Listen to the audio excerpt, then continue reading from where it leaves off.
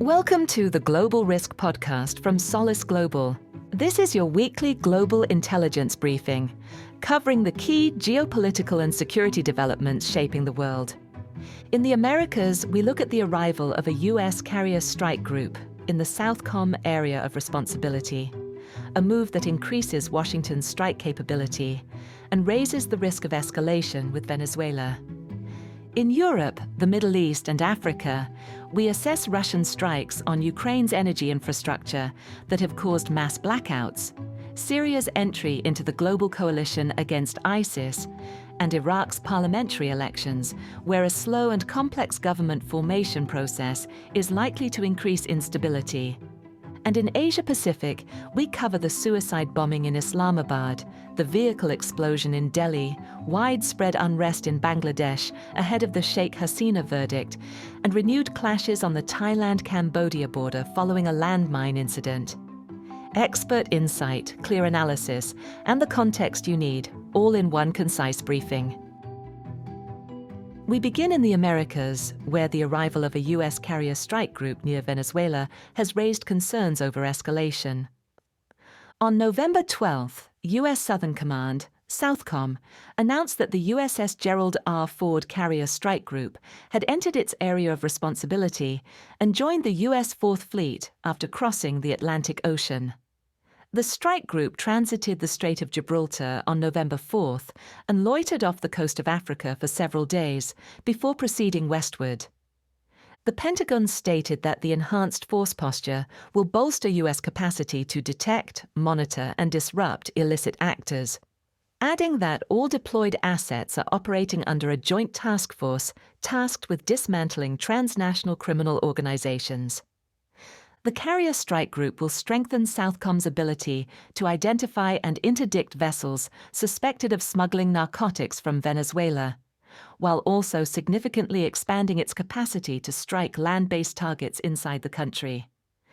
The group includes 4 squadrons of FA-18 multi-role fighter jets, a squadron of EA-18 Growler electronic warfare aircraft, a squadron of E-2D Advanced Hawkeye command and control planes, several MH-60 Seahawk helicopters, and a detachment of C-2A Greyhound logistics aircraft.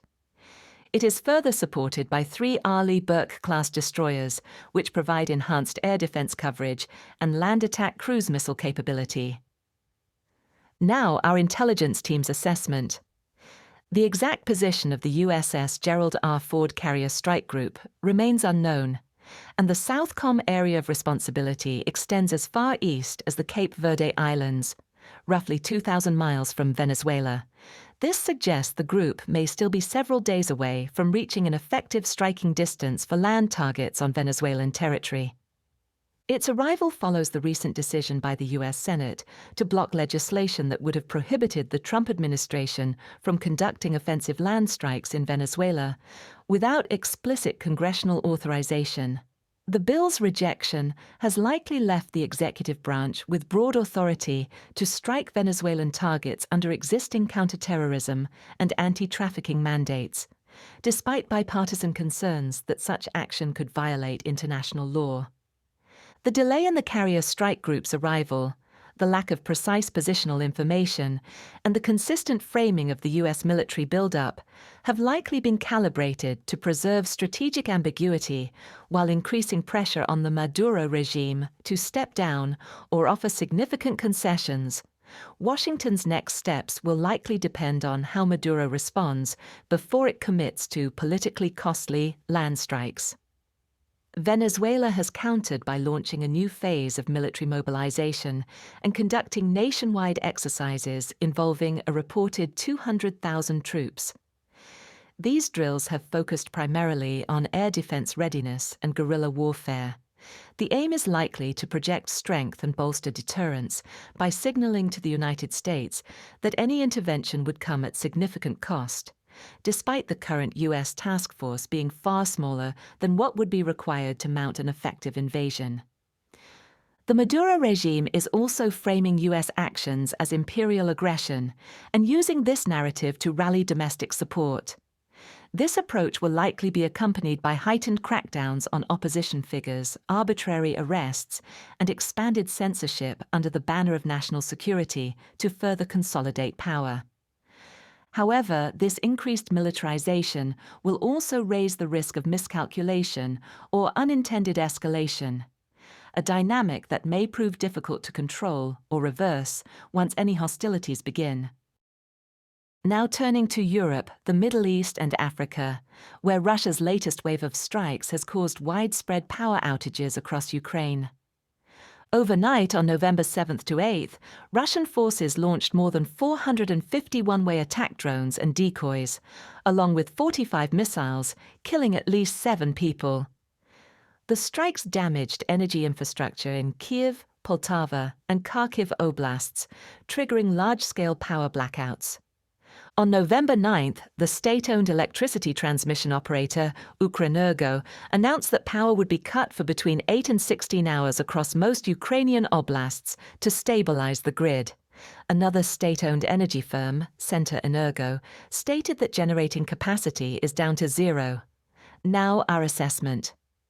Since the start of the full-scale invasion, Russian long-range strikes against Ukraine's critical national infrastructure have intensified noticeably in the run-up to and throughout the winter months. This pattern is highly likely driven by 2 main factors. First, the strategic and psychological impact of such strikes is far greater in winter, as the demand on Ukraine's energy grid is at its peak, and the economic repercussions of damaging energy infrastructure are amplified.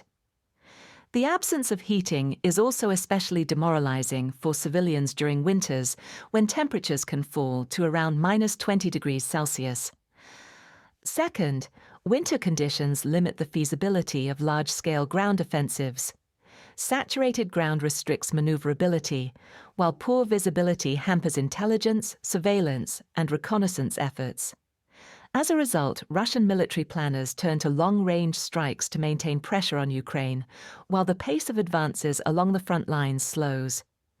Throughout 2025, the intensity of Russian aerial strikes against Ukraine has escalated sharply, with records for the size of combined strike packages of missiles and long-range attack drones being repeatedly broken.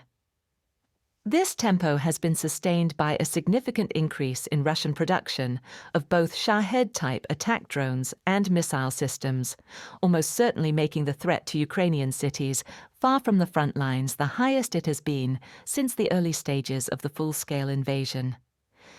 This intensified aerial campaign is now being concentrated on Ukraine's critical national infrastructure, and its impact is highly likely to be more severe than in previous winters. A senior government official told international media that they think it will be the worst winter of our history, while the chief executive of the private energy company DTEK stated that it is clear Russia is aiming for the complete destruction of Ukraine's energy system. The weekend strike on Ukrainian gas infrastructure was the 9th such attack since early October. Kyiv's School of Economics estimates that these strikes have shut down half of the country's natural gas production. Russian forces are highly likely to continue their aerial campaign against Ukrainian critical infrastructure. In the worst-case scenario, sustained strikes could trigger humanitarian emergencies in cities such as Kyiv if temperatures fall below -10 degrees Celsius, and power and heating plants remain offline for several days. It is highly likely that the Kremlin aims to break civilian morale, while simultaneously pressing major offensives around Pokrovsk and Kupiansk. The combined pressure is intended to push Kyiv towards negotiations on terms that would favor Moscow's maximalist political and territorial objectives. Still in the region, in Syria, the transitional government has conducted large-scale raids against ISIS after formally joining the global coalition. Between November 8th and 9th, government forces carried out dozens of raids against suspected Islamic State cells across the country. According to available reports, around 70 suspects were arrested, including a senior leader of the group. Some of the arrests took place in areas populated by religious minorities, particularly Druze and Christians. On November 11th, Syrian President al-Sharaa met U.S. President Donald Trump in Washington. only days after the UN Security Council lifted sanctions on Syria's leadership. Shortly after the meeting, Syrian officials confirmed that the country would join the global coalition against the Islamic State. Now, our intelligence assessment. Syria's entry into the coalition demonstrates how the transitional government is continuing to capitalize on its improving relationship with the United States to establish itself as a key regional partner. Despite its many vulnerabilities, the Sharia-led administration has already shown that it can conduct a series of anti-ISIS operations, and the raids on November 8th and 9th were almost certainly intended to showcase the new post-Assad Syria's growing ability to counter the ISIS threat. On November 10th, the eve of the Washington bilateral meeting, senior Syrian officials said security forces had foiled at least 2 assassination plots targeting the president. It is highly likely that Syria's entry into the global coalition and any subsequent cooperation with Western forces will encourage ISIS to pursue further attempts against the Syrian leadership. ISIS's broader objective remains the destabilization of the Syrian state. It has pursued this by systematically targeting minorities, a pattern underscored by the discovery of ISIS cells embedded within religious minority areas. The group has also tried to win over disillusioned government fighters, particularly foreign fighters who oppose Sharia's overtures to the West, and it continues to target key leaders at both local and national levels. A major vulnerability for the transitional government is the concentration of authority in Sharia himself. His role as the figurehead of Syria's transition creates the risk of significant internal conflict if an assassination attempt were to succeed. And in Iraq, election results have set the stage for what is likely to be a prolonged and difficult government formation process. Iraq's parliamentary election took place on November 11th. Under the country's political system, MPs are responsible for electing the president, who then nominates a prime minister, making parliamentary elections the most significant element of Iraq's political cycle. Incumbent Prime Minister Mohammed Shia al-Sudani's new parliamentary bloc, the Reconstruction and Development Coalition, won a plurality of the vote and is projected to secure roughly 50 seats in the 329-member Council of Representatives. Now, our team's assessment. The previous election in October 2021 triggered a year-long government formation crisis and significant civil unrest. Muqtada al-Sadr's Sadrist movement won the most seats in that vote. However, after a failed effort in 2022 to force snap elections, the prominent Shia cleric withdrew from the political process entirely, and his movement has boycotted formal politics ever since. Despite the Sadrist boycott, turnout for the 2025 election was higher than expected at 56%, though participation was notably lower in Sadrist strongholds such as Baghdad and Najaf. Despite the strong performance of al-Sudani's new bloc, a government is unlikely to be formed quickly. Coalition talks are expected to be complex and protracted. The calm and orderly conduct of the election was, in itself, a success when compared with previous polls, as voting passed without major security incidents or unrest. However, the now likely extended period of political instability during government formation talks will heighten the risk of violent civil unrest, politically motivated attacks, and internal armed conflict. The 2 main triggers for violence in the aftermath of the elections are highly likely to be the potential actions of al-Sadr and his Sadrist movement, and those of Iran-aligned militias within the Islamic resistance of Iraq. If al-Sadr strongly condemns the results and calls on his supporters to take to the streets, violent civil unrest is likely, as seen in previous years. However, some analysts suggest that al-Sadr may prefer behind-closed-doors negotiations and political leverage to advance his objectives. Open unrest would risk undermining that influence. In the case of the latter, Washington has pushed strongly for the disarmament of the Iran-backed militias. Almost all of these groups have reportedly agreed to a plan proposed by the Shia Coordination Framework to publicly disarm by fully integrating into the Iraqi state-backed Popular Mobilization Forces. The notable exception is Kataib Hezbollah, which has rejected the plan and, as recently as the past week, issued threats against the United States. The status of the Iran-backed militias, with international pressure coming from both Washington and Tehran, will almost certainly be a key issue in the forthcoming government formation talks. There is a realistic possibility that Kataib Hezbollah, in particular, will use kinetic force to apply pressure during the negotiations. In the past, Iran-backed militias have launched drones and rockets against oil fields in Iraqi Kurdistan, in attacks likely intended to pressure the two main Kurdish parties not to support political initiatives in Baghdad that ran counter to the interests of the Islamic resistance of Iraq. Finally, in Asia-Pacific, a suicide bombing in Islamabad has reignited tensions between Pakistan and Afghanistan. On November 11th, an explosion took place outside the District Judicial Court complex in Islamabad. The site sits next to Srinagar Highway in the G11 sector of the city. The Interior Ministry has confirmed that at least 12 people were killed and at least 27 were injured in the blast. Authorities have established a security perimeter around the area and have halted traffic on the adjacent section of the Srinagar Highway. The authorities have stated that they assess that the explosion was a terrorist attack perpetrated by an individual equipped with a person-borne improvised explosive device, likely a suicide vest.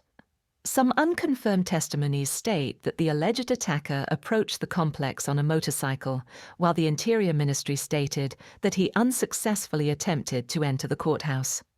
Now, our team's assessment.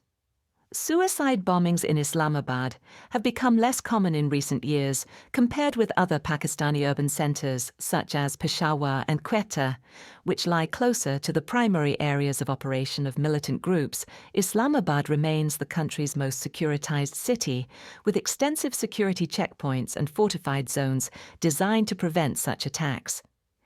There is still no official confirmation of the perpetrator's affiliation. Pakistani media has blamed Fitna al-Khawarij, a term often used to refer to the Kabul-linked Tehrik-i-Taliban Pakistan, or TTP, which primarily operates in areas along the Afghanistan-Pakistan border, particularly in Khyber Pakhtunkhwa. Jamaat-ul-Ahrar, a TTP splinter group, claimed responsibility shortly after the attack.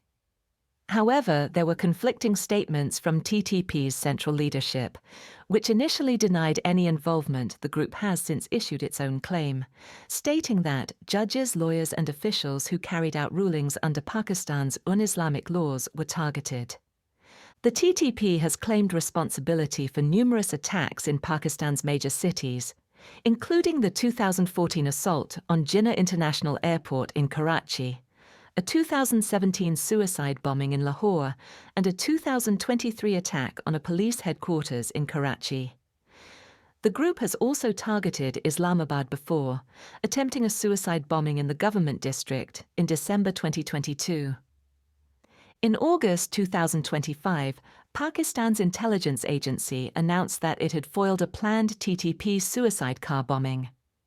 Early assessments, therefore, suggest that the TTP are the most likely perpetrators of the Islamabad District Judicial Court bombing, although several other terrorist groups continue to operate within Pakistan. Islamic State Khorasan province has also claimed responsibility for numerous attacks in Pakistan. The group frequently uses person-borne improvised explosive devices, though most of its operations have taken place in Balochistan and Khyber Pakhtunkhwa, and it has not previously targeted Islamabad. The Baloch Liberation Army is likewise active in Balochistan, typically striking Pakistani security forces, infrastructure projects, and government installations in the province or in nearby Karachi. The attack comes amid heightened tensions between Afghanistan and Pakistan. Islamabad has repeatedly accused the Taliban-led government in Afghanistan of providing the TTP with safe havens across the border and enabling its attacks inside Pakistan. These tensions escalated further on October 15th, when Pakistan conducted airstrikes on TTP targets in Kabul, following a series of TTP assaults on Pakistani military posts along the frontier and additional attacks within Pakistan. There is a realistic possibility that the Islamabad bombing was facilitated by the Afghan Taliban in response to the airstrikes on Kabul.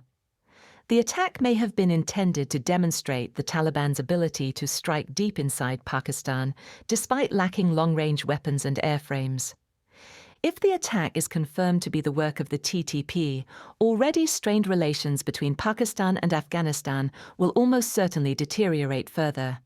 There is a realistic possibility of renewed Pakistani airstrikes on TTP hideouts inside Afghanistan, potentially extending to Kabul. Islamabad may also suspend ongoing diplomatic engagement, fully close the partially open border crossings, and impose additional travel restrictions on Afghan nationals. Islamabad has also frequently accused New Delhi of supporting the TTP as a proxy to destabilize Pakistan, and Pakistani media outlets have claimed that the perpetrators of the attack were India-backed.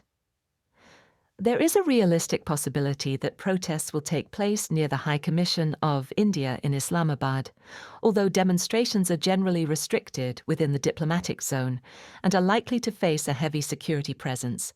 Tensions between the two countries were already elevated after conflict flared in May this year, following a terror attack in Kashmir. Blaming India for the Islamabad bombing will likely worsen bilateral relations and increase the risk of reciprocal accusations over the Delhi explosion on November 10th, a dynamic that could trigger further escalation between the two states. A heightened security presence across Pakistan's major cities is highly likely, with additional checkpoints and road closures expected. These measures will likely cause short-term travel disruption. Intensified security operations across the country are also highly likely and may increase the risk of retaliatory violence. In India, authorities are responding to a terrorist vehicle explosion near Delhi's Red Fort, linked to Pakistan-based groups. In the evening on November 10th, an explosion occurred near the Red Fort, a major tourist site in a densely populated area of Delhi. At least 12 people were killed, and more than 30 others were injured. The blast appears to have originated inside a vehicle outside a nearby metro station, igniting several other vehicles. Videos circulating on social media showed a large fire spreading along a congested street close to the Red Fort metro station's Gate 1. Indian authorities now assess the explosion to have been an act of terrorism. The incident has been linked to a raid in Faridabad, south of Delhi, that took place only hours earlier. That operation resulted in 7 arrests and the discovery of nearly 2,900 kilograms of explosive materials. Authorities have stated that the materials were prepared by individuals linked to Jaish-e-Mohammed, which is based in Pakistan, and Ansar Ghazwatul Hind, which operates in Kashmir, for use in coordinated attacks. In response to both the Faridabad raid and the Red Fort explosion, Indian security forces have carried out numerous additional raids, leading to several more arrests. Delhi and other major Indian cities, including Mumbai, have been placed on high alert, with police instructed to increase searches of suspect vehicles and properties, and to step up patrols near locations considered at risk. The National Security Guard, the National Investigation Agency, and forensic teams have all been deployed to Delhi to support the investigation. With the incident now officially designated an act of terrorism, Indian security forces have been granted expanded powers to conduct raids and make arrests. Now, our intelligence assessment. The Red Fort is a Mughal-era fort in Delhi's Old City and a major tourist destination with heavy foot traffic. The location of the blast, in a crowded area and close to a major transport hub, suggests the attack was intended to maximize civilian casualties while ensuring high visibility. Authorities also noted that the explosion's impact was reduced because the improvised explosive device used was premature and not fully developed. This further suggests that the attack was likely rushed in response to the Faridabad raids and would otherwise have been carried out as part of a coordinated series of bombings. While GEM has not claimed responsibility, the group has carried out several major attacks in India, including the 2001 assault on India's parliament in New Delhi. Given the heightened tensions between India and Pakistan following the April 2025 Pahalgam attack, which India blamed on Pakistan, Indian authorities have so far avoided directly accusing Pakistan of involvement in the Red Fort explosion. In May, Prime Minister Narendra Modi warned that any future act of terror will be treated as an act of war, and any confirmed link to a Pakistan-based group would be highly likely to escalate bilateral tensions. Despite the government's cautious stance, sectarian tensions in India, coupled with the rhetoric of religious nationalist groups, will likely increase the risk of retaliatory violence. This could include mob attacks or targeted killings directed at Muslim communities across the country. While Indian authorities have connected the Red Fort explosion to the Faridabad raid, possible links to other recent terrorism-related incidents in India cannot be ruled out. On November 9th, 3 individuals were arrested in Gujarat after being found with several firearms and around 4 kilograms of ricin precursors. Authorities have indicated that the suspects had links to an Afghanistan-based operative of Islamic State Khorasan province. In late October, Indian security forces had already detained 2 suspected ISKP-linked operatives accused of planning attacks in Delhi during Diwali.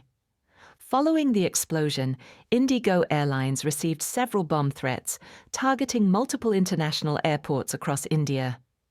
Although these emails may be hoaxes seeking to exploit recent events, authorities will almost certainly treat them as credible until proven otherwise.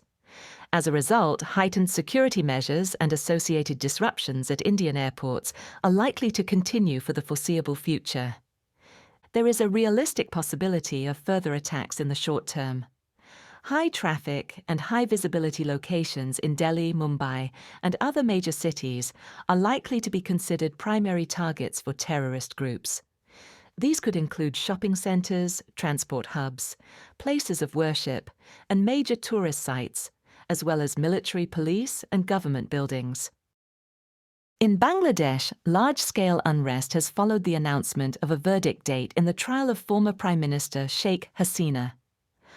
On November 13th, Bangladesh's International Crimes Tribunal confirmed that it will issue a verdict in the case against Hasina and her top aides on November 17th. Hasina, who was ousted during the student-led July Revolution in 2024, is being tried in absentia after fleeing to India. She faces charges including crimes against humanity and murder, relating to her actions during the uprising. The case has been underway for several months, and the proceedings, which concluded on October 23rd, were televised for the first time in the country's history. Protests erupted following the announcement. Hasina's party, the Awami League, called for a lockdown on November 13th, organising marches in Dhaka and other major cities. Anti-Awami League protesters have responded by attacking party offices, including firebombing the AL headquarters in Gulistan, Dhaka. Several clashes and blockades broke out along key roadways, and at least 1 bus was set on fire on the Dhaka-Tangail highway. Several firebombings and improvised explosive device attacks took place in the days leading up to the November 13th announcement.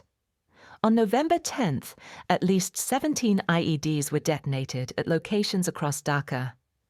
On November 12th, further attacks targeted vehicles nationwide, and several firebombings were directed at religious minority institutions, including the Catholic Cathedral in Dhaka and a Catholic-run school. Now, our intelligence team's assessment. Unrest is highly likely to continue from November 13th to 17th, particularly around the anticipated sentencing of Sheikh Hasina, which is widely expected to result in a death penalty verdict. Further demonstrations are almost certain in the immediate aftermath of the ruling. Violent clashes are likely between rival political supporters, including those aligned with the Awami League. the Bangladesh Nationalist Party, and Jamaat-e-Islami, as well as between Awami League loyalists and the security forces. Bangladesh has seen a marked rise in targeted mob violence, often driven by social media. This has affected not only actual or suspected Awami League supporters, but also religious and ethnic minority groups. Further incidents of opportunistic violence against minority communities are likely in the short term. Protests are likely to disrupt travel and transport across Bangladesh. Unrest in the country often involves improvised road blockades on major highways, which will likely result in significant delays. There is also a realistic possibility of disturbances near airports, which could lead to flight delays or cancellations. Bangladeshi police are likely to respond to disruptive or large-scale protests with violent crowd control measures, including tear gas, baton charges, water cannons, and, in some cases, live ammunition. There is a realistic possibility that such actions will escalate the unrest rather than contain it. And along the Thailand-Cambodia border, fresh clashes have erupted after a landmine injured Thai soldiers, threatening to unravel the recent peace agreement. On November 10th, a landmine detonated along the frontier, injuring 4 Thai soldiers. Thailand has accused Cambodia of laying new mines in violation of the US-brokered peace agreement, which was formally signed on October 26th. Prime Minister Anutin Charnvirakul subsequently announced the suspension of the agreement, stating that the hostility towards our national security has not decreased as we thought it would. Thailand's Defence Minister General Nataphon Nakfanit added that the release of 18 Cambodian prisoners of war, a key component of the deal, would now be put on hold. Cambodia's defense ministry denied the accusation and stressed its commitment to working with Thailand toward a solution. In its statement, it urged Thailand to avoid patrolling in old mine-contaminated zones left over from past conflicts. Independent experts and Thai officials have rejected this implication, stating that there is evidence the mines were recently laid. Thai Army spokesperson Major General Wintai Suvari assessed that newly manufactured Russian PMN-2 mines had been placed on the Thai side of the border after barbed wire was removed. On November 12th, Thai Foreign Ministry spokesperson Nikorndej Balankura demanded an apology from Cambodia and called on Phnom Penh to find the facts on what happened and who is accountable, while urging it to introduce measures to prevent any recurrence. That same day, Thailand and Cambodia accused each other's forces of opening fire along the border in the U Baishoan area of Banteay Meanchey province in northwestern Cambodia. Cambodia's information minister stated that at least 5 civilians were injured after Thai forces opened fire on Cambodian civilians in the village of Prey Chan. Thailand responded by saying that gunfire had been heard for around 10 minutes from the Cambodian side of the border, but insisted that Thai troops did not engage and suggested the incident may have been staged. The military later confirmed, however, that Thai forces had fired on Cambodian positions in self-defense after Cambodian troops opened fire on Thai soldiers. Following the exchange, Thailand deployed tanks and artillery to the border. Now our team's assessment. The apparent collapse of the peace deal comes only months after tensions over the long-standing border dispute in the Emerald Triangle escalated into cross-border clashes between the two countries from May through July 2025. The crisis began with a small cross-border skirmish, which intensified after Thailand accused Cambodian troops of laying new PMN-2 mines along the frontier. Injuring several Thai soldiers, full-scale fighting broke out on July 24th at multiple points along the border, involving artillery exchanges and airstrikes. According to some estimates, at least 48 people were killed, and around 300,000 were displaced during the conflict. The two sides agreed to an immediate and unconditional ceasefire on July 28th, following talks in Malaysia. The United States and China also applied significant external pressure to bring about the agreement. Key provisions included the withdrawal of heavy weapons from contested areas, joint efforts to clear landmines and unexploded ordnance, and the restoration of communications and cross-border movement. Malaysia led observer teams made up of the Association of Southeast Asian Nations member states to monitor compliance. The alleged laying of new landmines is therefore almost certainly a violation of the peace agreement. There is a realistic possibility that the ceasefire can still be salvaged, particularly given the political instability it created and the economic damage caused by sustained border closures, suspended trade, and mass displacement. However, neither side currently appears willing to back down. Further skirmishes are likely, and Thailand's withdrawal from the peace agreement, alongside its refusal to release the Cambodian prisoners of war, is highly likely to escalate tensions further. The Association of Southeast Asian Nations will almost certainly attempt to prevent additional escalation by mediating between the two countries, and it is highly likely that the US and China will join these efforts, applying pressure on both sides to de-escalate. There is also a realistic possibility that US President Donald Trump will threaten to increase tariffs on Cambodia and Thailand if hostilities continue, a move that could push both governments back to the negotiating table, given the potential economic consequences. That concludes this week's Global Intelligence Briefing. These updates are part of our Global Intelligence subscription, which includes weekly reports, in-depth briefings, and live Q&A sessions with our experts. To learn more, visit solisglobal.com. Thank you for listening.